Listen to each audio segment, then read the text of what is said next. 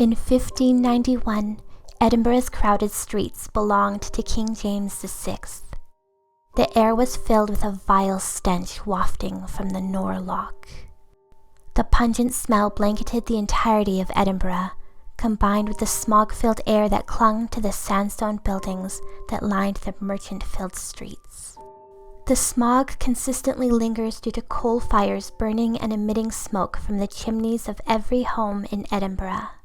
With the North Berwick witch hunts starting a year earlier, the paranoia of witches and witchcraft in Scotland had already paralyzed the mind of King James, and a few women had already been tried and thrown into jail for witchcraft. One suspected witch named Agnes Sampson met up with King James and confessed directly to him, claiming her coven tried to kill him and his new wife, Anne of Denmark. Agnes Sampson's confession was enough to seal her fate, and she was executed in 1591. While Agnes was being strangled and then set ablaze, the life of the Tolbooth Tavern began, as it was built to be used as a toll booth to collect fees from travelers who went between Canongate and Edinburgh. Over the years, the Tolbooth Tavern has had many uses. As I mentioned earlier, the first was being used as the main public entrance to Edinburgh. Tolls were collected from travelers entering the borough from Canongate. If you've been to Edinburgh, it is strange to imagine Canongate being an area where most people living in the 1500s would never venture to. It's only a 13-minute walk from Edinburgh Castle at the top of Castle Hill down to the Canongate Kirkyard. I have walked from Edinburgh Castle down the Royal Mile, passing by Canongate towards Arthur's Seat so often that it seems crazy that most people living in Edinburgh in 1591 never made it that far. Canongate and Edinburgh's Old Town seem so close together compared to how large Edinburgh is today. So in addition to being used as a toll booth, the building was used as a council chamber, police court, and prison.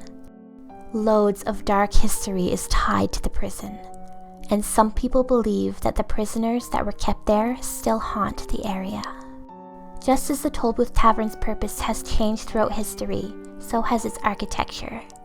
To help support Edinburgh with Scotland's battles, gun loops and turrets were constructed on the top of the building, and in 1884, the iconic Tolbooth Clock Tower was added. The Tolbooth Tavern officially opened in 1820, and in 1856, Canongate was fully incorporated into the city of Edinburgh, removing the need for toll collection and leaving the toll booth redundant. Having been around for so many years, it's not surprising that the Canongate toll booth has plenty of grim stories to tell from its past. Now, while King James VI did live in Edinburgh, I could not find any information on if he had any influence on the building.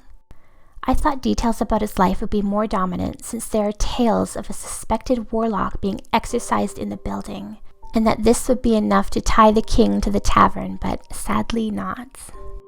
Sir Lewis Bellenden, the justice clerk for the borough, was the one who decided to perform an exorcism on the man whom he thought had ties to witchcraft.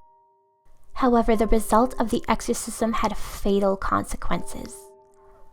Whether you believe this means that the exorcism was successful or not is up to you. But stories say that the alleged warlock was said to be so scared during the exorcism that he died of fright shortly after. Perhaps this confirms he was a minion of the devil, which is why he passed.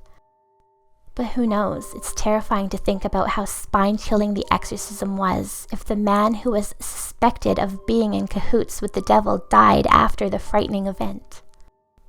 If you enjoy spotting little tidbits from history that most people never notice, look out for Sir Lewis Bellenden's initials engraved above the archway of the Tolbooth Wynd. The Wynd is located right next to the entrance of the Tolbooth Tavern. The historical Canongate Tolbooth was also briefly used as a prison. If you're familiar with Scottish history, you may be thinking of the old Tolbooth prison, located just outside St. Giles Cathedral. But no, while that prison was known for being incredibly brutal, the Canongate Tolbooth prison was not. The prison was mainly used to lock up petty criminals who couldn't pay fines or were guilty of minor offenses. If you're interested in the history of the old Tolbooth prison, let me know. People like Scotland's first suspected witch, Gaelis Duncan, was held there. While the prison wasn't particularly cruel, some prisoners attempted and succeeded at breaking out by using a blanket to lower themselves out of the prison. Other prisoners escaped by breaking into the lofts in the neighboring building. With so much dark history associated with the Tolbooth Tavern, it comes complete with spooky tales of ghosts that continue to haunt the pub. Many tales have been told about an unnamed spirit, often seen as a shadowy figure, who makes his way around the pub, pushing glasses and bottles off tables and knocking pictures off walls. The back of the tavern was initially used as housing and is where most of the eerie atmosphere lingers today. There's a ghost who enjoys causing a racket throughout the pub, and people have also said they have heard the creepy, disembodied voices of children playing throughout the tavern. Their voices and footsteps are often heard echoing through the air. Some people have also claimed to have heard a ghostly specter climbing the stairs up to the clock tower. Could this presence be one of the many prisoners held within the Tolbooth's walls? Have you had a pint in the old Tolbooth Tavern? If you haven't, I highly recommend popping in on your next trip to Edinburgh. Thank you so much for listening to Everything is Spooky in the Dark, the podcast for WanderingCrystal.com. Bye.